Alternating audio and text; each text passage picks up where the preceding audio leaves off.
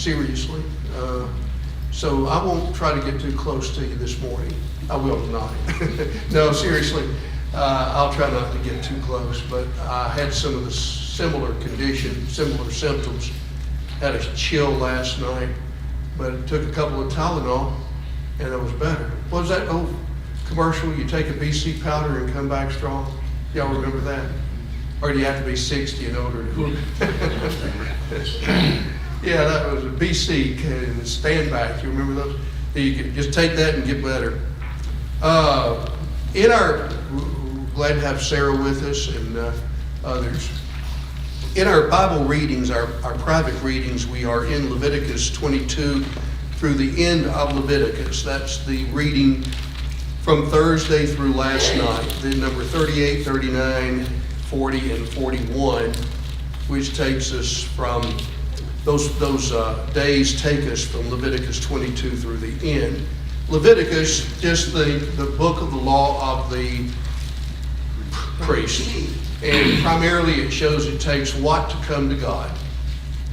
The S word? Sacrifice. It takes sacrifice.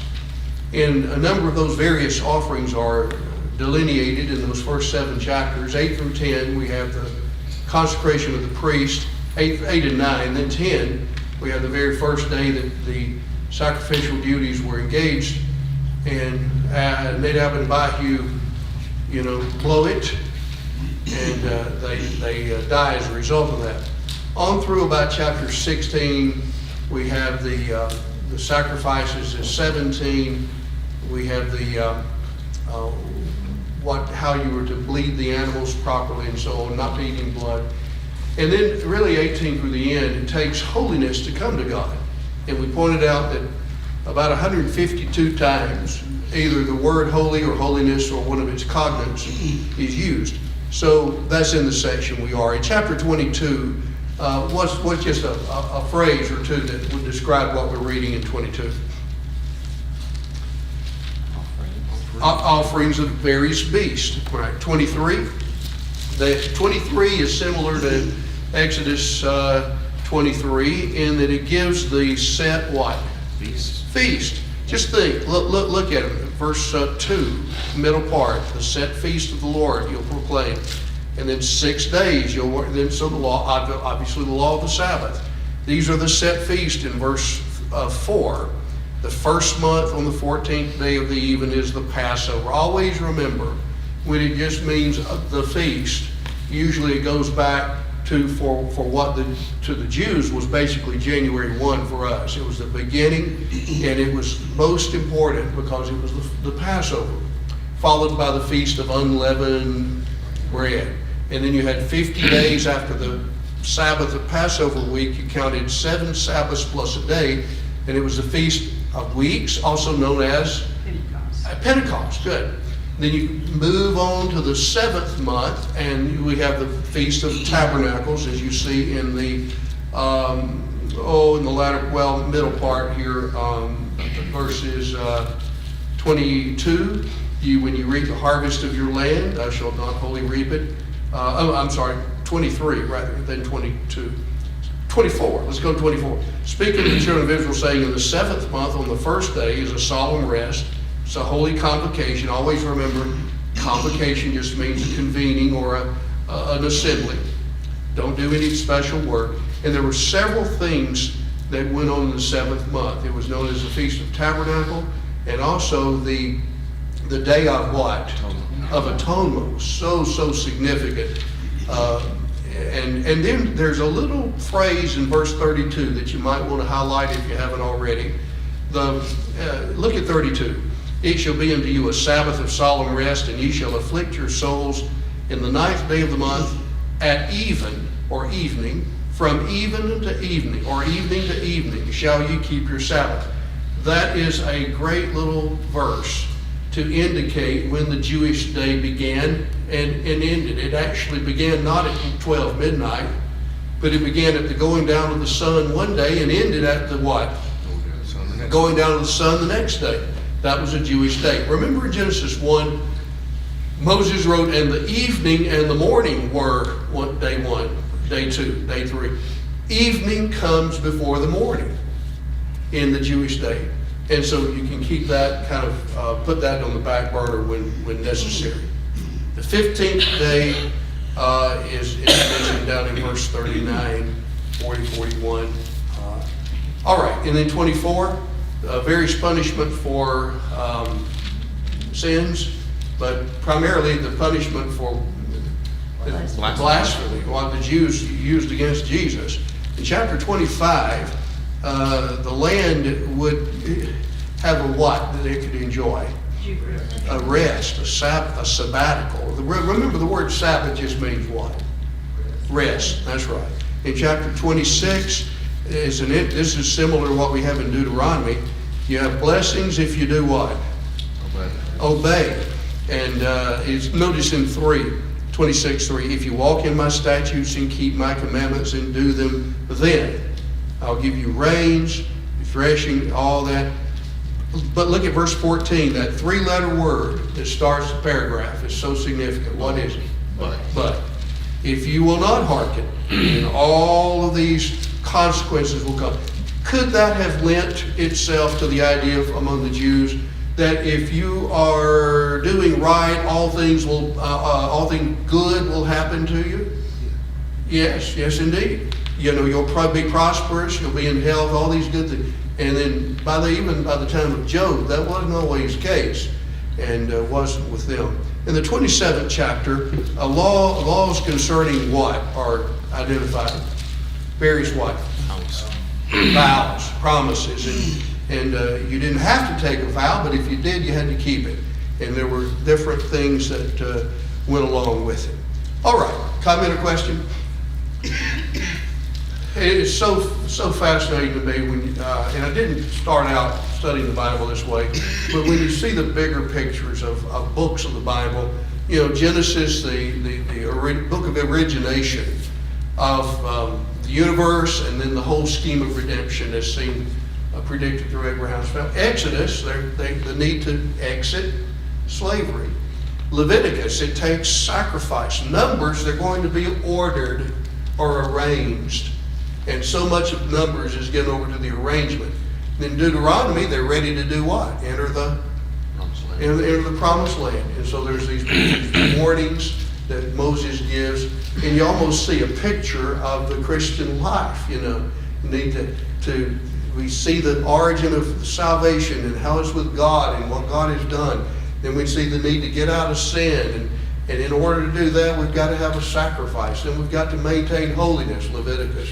And then there needs to be order in the congregation of God's people. And then we have the hope of entrance. And that's not stated in so many words in the Bible, obviously, but I kind of see that as it, goes through. All right, comment or question? Anybody? David, you look like you were in thought there. You want to share? So, okay. All right, where we have been in our study has been... let's see, here we go. In the life of Jesus, we want to remember the main points of Jesus' life. We have let's see, come back here. We have the years of preparation, about how many? 30. And then the beginning ministry with what event? What did it begin? Jesus' baptism. And then he's 3 to 6 months in Judea. Then the great Galilean ministry for the better part of 2 years. People following him for the wrong reasons, so he begins to retire or withdraw himself.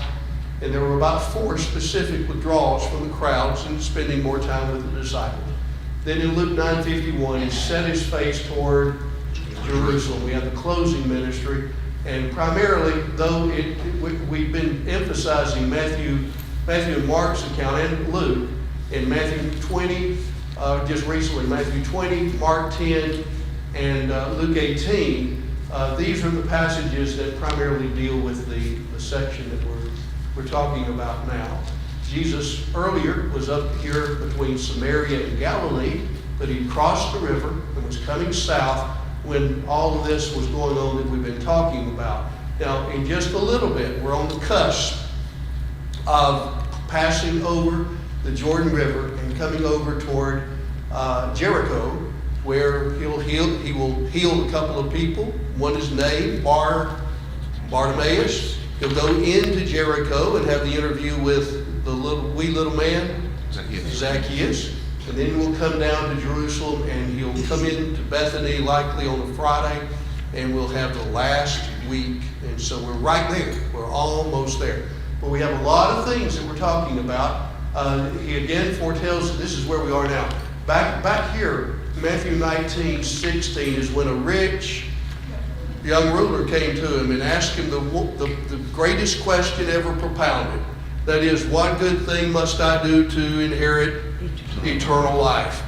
And so Jesus dealt with him, and he said, these have I kept them from my youth up, what lack I yet? If you would be perfect, go sell all you have, give to the poor, come and you'll have treasures in heaven, and come follow me.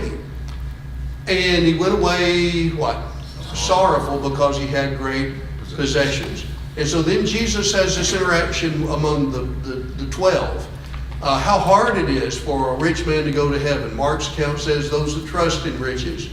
And it's easier for a camel to go through the needle's eye or eye of a needle than for a rich man to enter into heaven. Peter says, Lord, we've what? We've left all. What are we going to have? He says, well, it is true that you who have followed me in the regeneration, when the Son of Man shall sit on the throne of his glory, you also shall sit on 12 thrones, judging the 12 tribes of Israel. And everyone who has left father or mother or wives or sisters or brethren or houses for my sake shall in this world have that 100-fold, and in the world to come eternal life. I'm mixing in Matthew and Mark's account. And then he gave what's only recorded in Matthew, the parable of the laborers in the vineyard, to show Peter especially and the rest of them the fact that eternal life cannot be what? What was that? Measured out. It can't be, some have greater amount than others. If it's eternal, it's just not that way. So he says it's like, kingdom of heaven is like a master who told his steward to go out into the way and get those about daybreak, and then what time? The third hour, or what was it, Patty? 9 o'clock, and then the 6th hour, or 12 o'clock, and then the 9th hour, 3 o'clock. How did I do this? 10 and 1, or in the 11th hour, which was about 5 in the afternoon. And then, so they did, and he reasoned with them, I want you to take, he reasoned with them, you'll have a day per your work? A denarius a day. And so when he told the steward, at the day's end, I want you to start with the ones who worked where? The last, and then go all the way back to the first. So he did. And what did that promote in the idea of those who had worked like Peter and John and been with Jesus for so long and borne the brunt of the day? They thought they ought to have more. And so Jesus made a couple of arguments. He said, didn't you not agree for a denarius a day? Yeah. You knew what was involved. You got eternal life. And then, is your eye evil because I'm good? Jesus says, I told you, and it's mine to offer. And then, and of course, not in the text, but what we talked about Wednesday night is when you compare eternity up here, and it doesn't matter if it's 2 years, 10 years, or 100 years, how we reckon time, well, think of a passage that illustrates it. 1 year is to the Lord one day is to the Lord as 1,000 years, 1,000 years a day. When we're comparing a few years on earth to eternity, it really doesn't compare. It pales into oblivion. And so the fact that we have eternal life should be sufficient for all of us. And I think that's the point. Now we're going to see this come back up. You'll remember the apostles are just like everybody else in the sense that they were misunderstanding the nature of the kingdom, thinking it was what? Some kind of a what? Physical, military kingdom. And Jesus has been articulating so much what it's all about. But it's difficult because, it's easy for us to look back and say, we can see that. Why didn't they?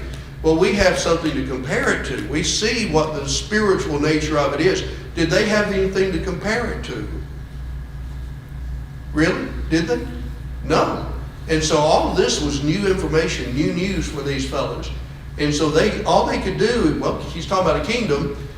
In a kingdom, there's a king, there's a right hand, left hand man, so to speak. There's a cabinet. They're the counselors, the people in charge, right under the king. And so that kind of prompts what we see here in Matthew 20 and Mark 10. James and John and their mother coming and say, we'd like a question with you, Lord. Could one of us sit on your right hand and the other on our left when you come in your kingdom? Hope you're not insulted by my acting. Could we do that? And she said, you don't know what you ask. It's not mine to give. And then he talks about the cup that I'm about to drink. Are you able? And the baptism by which I'm baptized, the overwhelming of sorrow and suffering that I'm about to endure. Can you do that? Oh yeah, we're able to do that. And then he deals with the end of this, that greatness in the kingdom does not come because you have a position of lordship and that you can tell one to go here and another to go there. But it comes by being like he, Jesus, is. And that is to be a what among men? An S word, a servant. He is first who learns to serve. But before we get there, we've got another section, and that's right here. Jesus again foretells his death and his resurrection. This will be about the third or fourth time that he's mentioned it chronologically. And it's so fascinating, guys, how the minute details of the events leading to his trial, then his trial and his crucifixion are articulated here. What I'd like for us to do, oh, by the way, and then that's right after this. He's telling them something here. Let's read these passages. And by the way, I just kept, maybe for example, not that you don't know this, but I have for a long time kept scratches on my desk. I'll keep scraps of paper, that I don't. And I'll tell you, when it comes to where we are now, and especially when we get to the last week, where all four accounts of the gospel will chronicle what's going on in Jesus' life, it's helpful just to, instead of, if you're going to use a paper copy like I like, to go ahead and just put something so you can turn right back. You don't have to waste time finding it. Well, let's just go right through in order here. Matthew 20. David, if you would, Matthew 20, 17 through 19, that paragraph. And then Patty, Mark 10, verses 32 through 34. And then Paula, if you would, Luke 18, 31 through 34. All right, let's just read those, and I've got a question on the Matthew account. Notice four specific details Jesus gives of all this. But let's just go ahead and read it. All right, Matthew 20, 17 through 19. Now Jesus, going up to Jerusalem, took the 12 disciples aside on the road and said to them, Behold, we are going up to Jerusalem, and the Son of Man will be betrayed to the chief priests and to the scribes, and they will condemn him to death, and deliver him to the Gentiles to mock and to scourge and to crucify. And the third day he will rise again. All right, now you notice in verse 18, the Son of Man shall be delivered to the chief priests and the scribes. That would describe the Jewish what? Leaders, that's right. And they shall condemn him to death. Now that's the Jewish part of the trial of Jesus, the Sanhedrin, when they formally indicted him of being a blasphemer because he being a man, makes himself God. Now they'll have to turn him over, though. They could not legally carry out capital punishment, so they have to turn Jesus over to the Romans. And that's where Jesus was sent first to Pilate, then second to Herod, and then third back to Pilate. And Pilate's wife, you remember, had not wanted him to have anything to do with this just man, she said. And eventually, because of the Jews, they said, if you don't put him to death, you're not Caesar's friend. And that really made him buckle under. And so he allowed Jesus to be put to death. He didn't want to do that. In fact, Pilate said, why don't I just chastise him, whip him, flog him, scourge him, and let him go? Well, if he's innocent, why do that to him? So Pilate was weak-kneed, yellow-bellied, whatever you want to say about him. That's what kind of a political character he was. Very similar to what we got in Washington now. And he just buckled under the pressure that these Jews gave and then had him go out. Now, I want to call your attention as we read all this. There are two main parts of the trial of Jesus. And there were 3 elements in each. So making 6 stages. In the Jewish, they took him first to Annas, then Caiaphas, and then the Sanhedrin indicted him. Then they took him to Pilate, Herod, and Pilate. 2 main sections, the Jewish stages of the trial and the Roman stages of the trial. And so look back at the text. Now, we'll get to that in the last week. But notice in 18 again that David read, the Son of Man will be delivered to the chief priests and scribes, and they shall condemn him to death. Well, they did that by saying he's a blasphemer. And shall deliver him to the Gentiles. That would simply be another term for whom? The Romans. Yeah. To mock and scourge. Scourge, that's the flogging under which many died. And then crucify. But then the other aspect of it, the 3rd day he will be what? Raised. Do you see the significance of those details? How in the world could anybody predict those things would happen except God was with him? The element of prophecy. All right, let's go on to Mark's account. Mark 10, verses 32 through 34. Now they were on the road for went up to Jerusalem, and Jesus was going before them, and they were amazed. And as they followed, they were afraid. Then he took the 12 aside again and began to tell them the things that would happen to him. Behold, we are going up to Jerusalem, and the Son of Man will be betrayed to the chief priests and to the scribes. And they will condemn him to death and deliver him to the Gentiles. And they will mock him and scourge him and spit on him and kill him. And the 3rd day he will rise again. All right. Now, we don't find this in Luke's account. But I wanted to show you here. This is, actually, I've encouraged some of you to get this little book. It's been so helpful to me. It's A.T. Robertson's Harmony of the Gospels for the Students of Life of Christ. And what I did, I just took 2 pictures and did some doctoring of them. But this is actually Mark's account over on this column, Matthew in the middle, and Luke here. We didn't read that, I'm sorry. Paula, Luke 18. 31 through 34. Then he took unto him the 12 and said unto them, Behold, we go up to Jerusalem, and all things that are written by the prophets concerning the Son of Man shall be accomplished. For he shall be delivered unto the Gentiles, and shall be mocked, and spitefully entreated, and spitted on, and they shall scourge him and put him to death, and the 3rd day he shall rise again.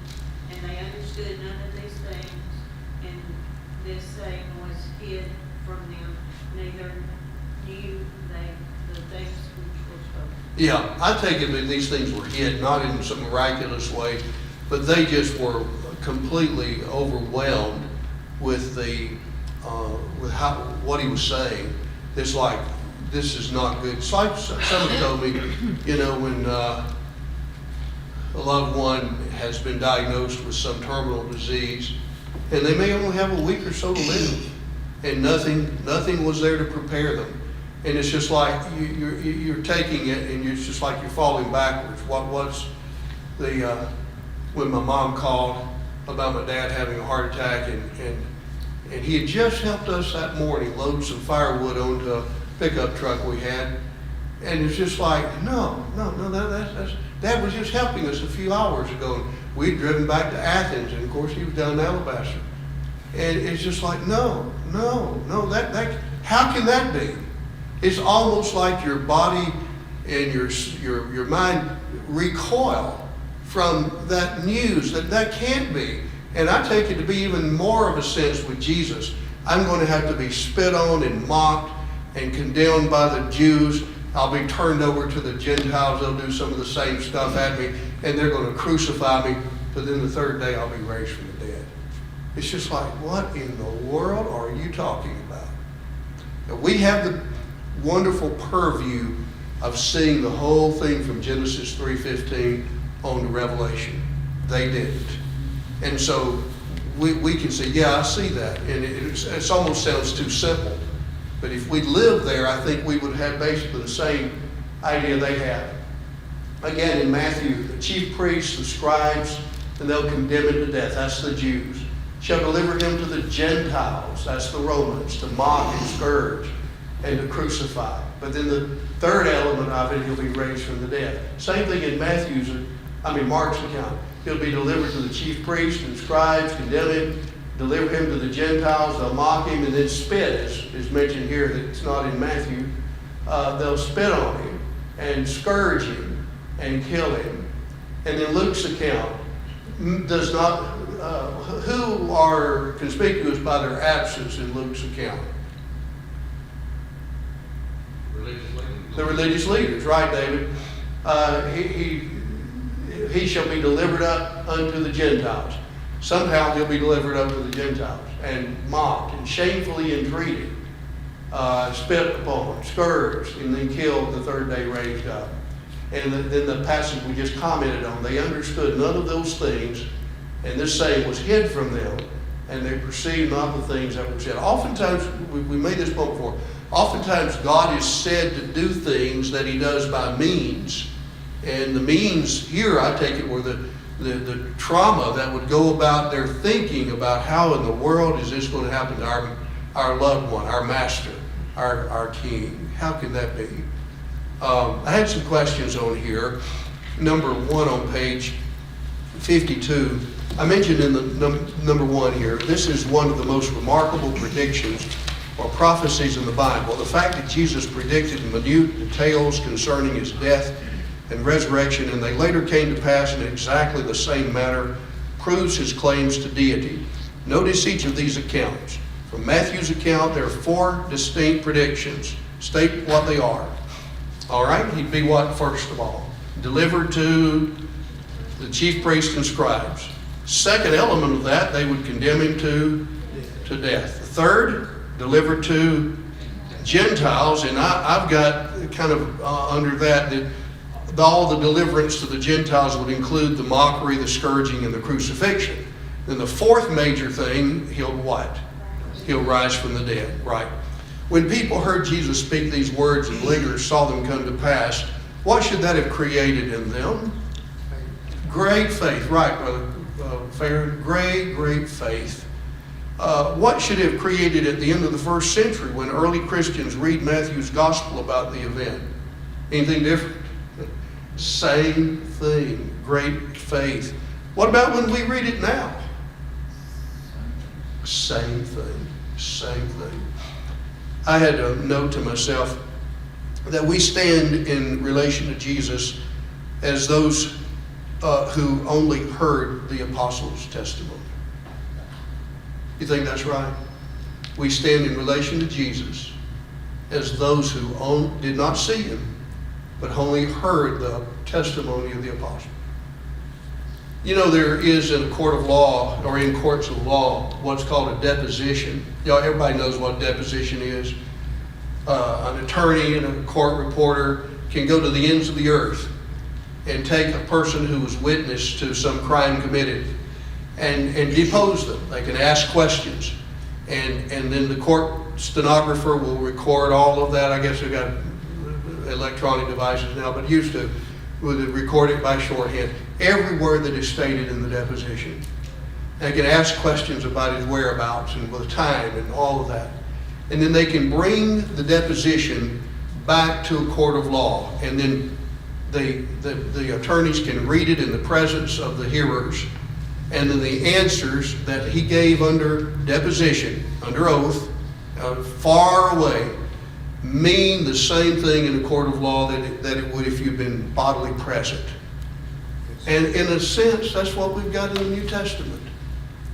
We've got the deposition, of men, but in addition to their being eyewitnesses, they were also what of the Spirit? 2 Timothy 3:16, all Scripture is given by inspiration. They were inspired so that there would be no miscalculation, nothing. John deals with that, accounts of John. He'll bring to your remembrance all that I said. They'll have it exactly right. And anyway, here you have the eyewitness testimony of these men, and then the inerrancy guiding them by the Spirit. And they are writing exactly what happened to Jesus. And there is absolutely no difference if in AD 80 we could talk to John and say, Brother John, how was it when you heard Jesus over there in Perea? And y'all were coming and Pharisees were on his heels and they were just trying to catch him and everything. How was it? And he'd say, you couldn't have believed it unless you'd been there. But I've written about it. And here it is. And we can have the certainty that it happened just like he said because of the eyewitness testimony and the inspiration of the account. Yes, sir, Josh. I know it's speculation, but do you think the disciples at that moment, with everything unfolding the way it was, do you think they realized just what's going on as far as what their government, the ruling authority is capable of doing, how they felt about things, how they felt about Jesus, and maybe even what was in store for them down the road too at that moment? I don't know, to answer it briefly. I think Jesus, even in the next section, warns them about things that they are going to have to undergo for his sake. And so and I've got a quote, maybe some will help. This is not in your notes, but it's in the fourfold gospel that you know I quote a lot from, Brother J.W. McGarvey. And he made this comment that I didn't put in the notes earlier, and I thought it was so good. This was the third, and by far the clearest and most circumstantial prophecy concerning his death. The details are minute even to that complicated arrangement by which the Jewish authorities pronounced sentence on the Lord and forced Pilate to confirm their sentence. Since the evangelists honestly record an actual prediction, we may well pause to note how remarkable it is in that it gives 7 details as follows. I mentioned 4 in Matthew 1. There's the delivery or the betrayal by Judas. That's the next slide, Charlie. The delivery or betrayal by Judas, the condemnation that is on the part of the Jews, the delivery to the Gentiles, Pilate in particular, the mocking, the manner of it, the spitting on him, and then the scourging, then the death by crucifixion, and the resurrection on the 3rd day. McGarvey went on to say the announcement of these sufferings was made for the purpose of checking or stopping any materialistic hopes which the apostles might entertain as to the glories, honors, and offices of the Messianic reign. That such hopes were present is shown by the ambitious request which immediately follows. That's when James and John, their mother, come and say, cause that one sit on your right, left, and one on your right hand. That's right. Moreover, to prepare them that they might not be crushed. Josh, this is kind of getting back to what you were saying. Either by the announcement or the accomplishment of his death, he gives them the clear promise of his resurrection. So whatever they understood or didn't understand relative to, what the Romans would do, he gives the prophecy about his resurrection. So that would give them really some comfort there. The 14th through the 17th chapters of John deal so much with this long speech Jesus gives on the night he was betrayed. And it starts with that idea of comfort. But you believe in God, believe also in me. In my Father's house are what? Many mansions. If it were not so, I would have told you. But I go to prepare a place for you. And where I go, ye shall come also. The words you hear at funerals, they were told particularly to the disciples because it was the very night Judas would betray Jesus and he would be handed over to the religious rulers. So all of that is coming, and it's soon. We're getting very close to the time of all this. So does that make sense to everybody? Anybody? All right, we got another question or two. Did the apostles understand the significance of this statement? Yes or no? No. I mentioned the apostles' misunderstanding concerning the nature of his reign was so far into what Jesus said that they were unable to comprehend it. When Jesus later explained his departure over and over in definite terms, this truth finally dawned on them. That's what I just referred to. We see this misunderstanding continue in the next event of Jesus' life. Let's see if we can get to that. First, any comment or question? All right, let's move on to this next case. And it's interesting. It's only found in Matthew and Mark's account. And Matthew's account says, "Then came to him the mother of the sons of Zebedee with her sons, worshiping him, asking him of a certain thing." And Mark's account, that there came near unto him James and John, the sons of Zebedee, saying unto him. So you got the sons coming, and it looks like they are asking, but then it has the mother of the sons of James and John coming, and she's asking them. So obviously, when you read about, and he said unto her, "What wouldest thou?" Commanded these, and he said unto them, it looks like they're all in what? They're all in agreement, yeah. It's like, well, maybe, remember on other occasions in Matthew 17, Jesus went up in the Mount of Transfiguration with Peter, James, and John. It's almost like Peter, James, and John are this little triumvirate of disciples that are very close. And it could very well have been that Salome, who's, best we know, the mother of James and John, that Salome comes and said, maybe based on the position that they have already with you, that you could make some announcement that they're going to be one on your right and one on your left when you come in your kingdom. Some special position of prominence. And so he answers really all three. Made the point in times past that really when he uses a plural pronoun, he includes all of them. And it's made obvious here. Let's read. Matthew 20, 20 through 28. Kirsten, if you would, Matthew 20, 20 through 28. And Michelle, if you would, Mark 10, and the parallel passage there, Mark 10, 35 through 45. Okay, Kirsten, Matthew 20, 20 through 28. Then the mother of the sons of Zebedee came up to him with her sons, and kneeling before him, she asked him for something. And he said to her, "What do you want?" She said to him, "Say that these two sons of mine are to sit, one at your right hand and one at your left, in your kingdom." Jesus answered, "You do not know what you are asking. Are you able to drink the cup that I am to drink?" They said to him, "We are able."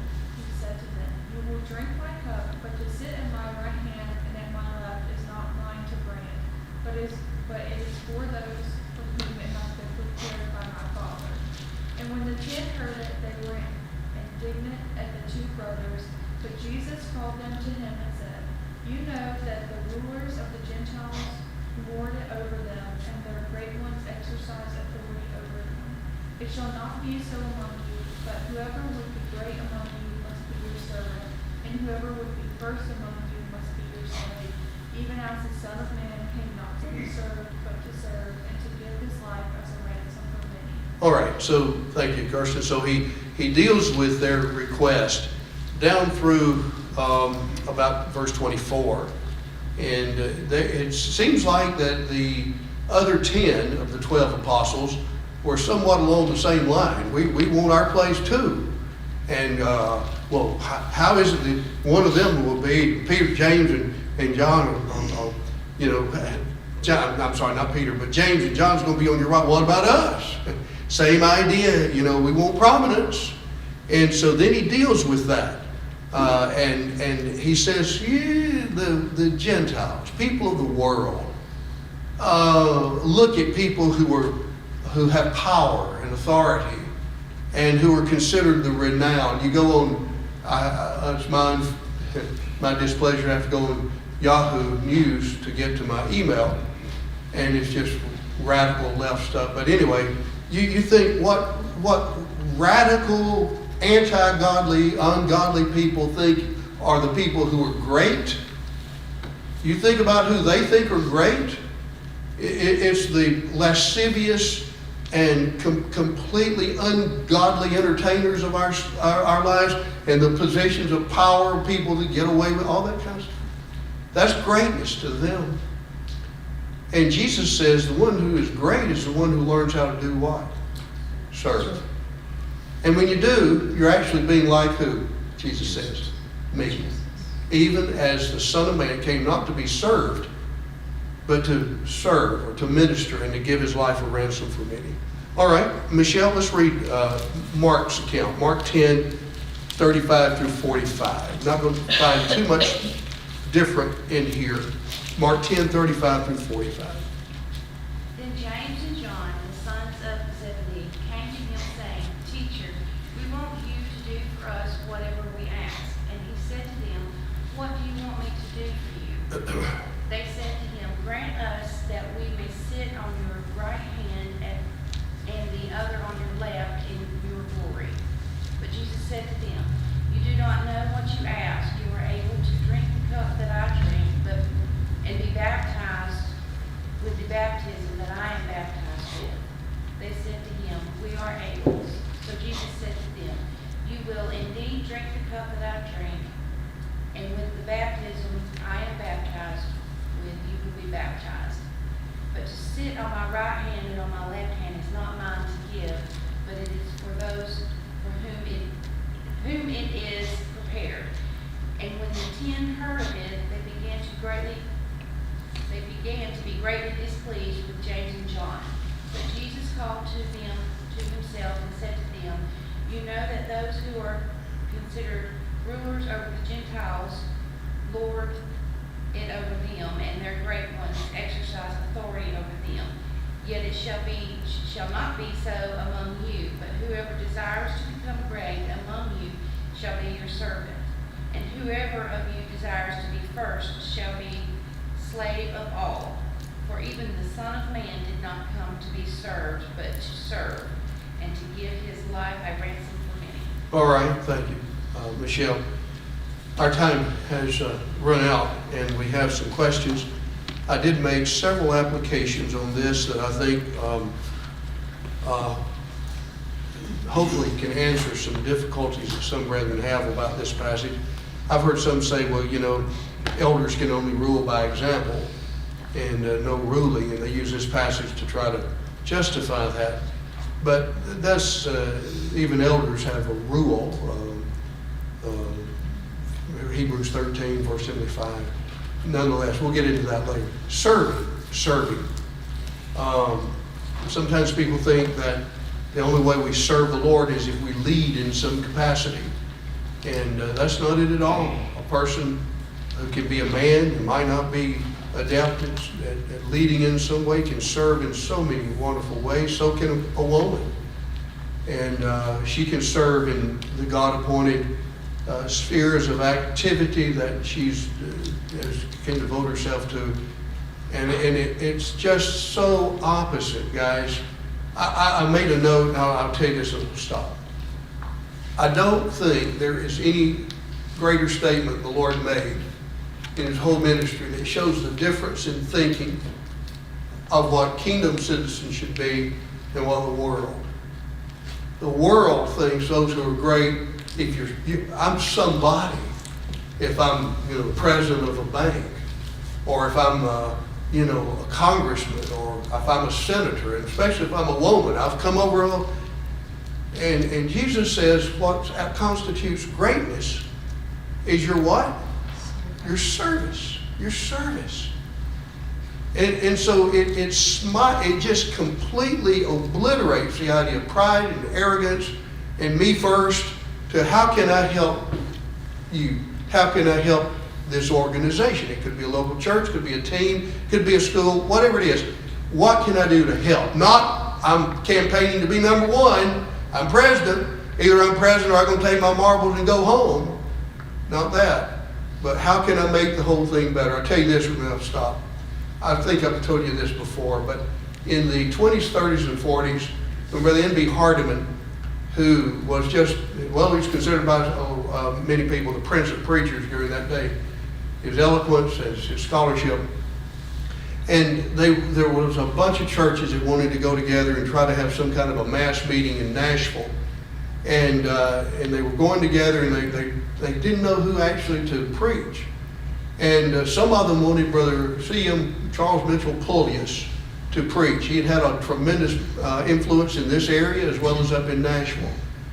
But then a lot of people wanted Brother Hardiman, maybe a little more eloquent and a little bit more well-known than Brother Pullius. But both were godly men. And so finally the decision was made that Brother Hardiman would be the chief spokesman in what became known as the Hardiman Tabernacle Sermons. You can still get them in print. And somebody came to Brother Pullius and told him that the decision had been made and they were sorry it wasn't he. And he made this comment. He said, if I can sweep the floors of the Ryman Auditorium that would help this meeting be a success, I'll be happy to do it.